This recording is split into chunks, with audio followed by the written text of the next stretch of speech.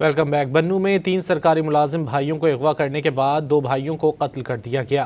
Police हुक्काम के मुताबिक बन्नू के इलाके सोकड़ी में गुज़िश्ता रात मस्जिद से 3 भाइयों को अगवा कर लिया गया। अगवा के बाद 2 भाइयों को कत्ल कर दिया गया, जहां बहक दोनों भाइयों की शनाख्त पुलिस एहलकार अमजद और हजरत के नाम से हुई। दोनों मकतूलीन का ताल्लुक पुलिस डिपार्टमेंट से था, जबकि मकतूलीन का तीसरा भाई कमिश्नर ऑफिस का कंप्यूटर ऑपरेटर ताहाल अगवाकारों की हिरासत में है।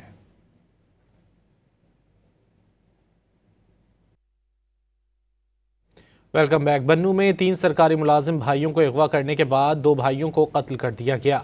पुलिस हुक्काम के मुताबिक बन्नू के इलाके सोकड़ी में गुज़िश्ता रात मस्जिद से 3 भाइयों को अगवा कर लिया गया। अगवा के बाद 2 भाइयों को कत्ल कर दिया गया, जहां बहक दोनों भाइयों की शनाख्त पुलिस एहलकार अमजद और हजरत के नाम से हुई।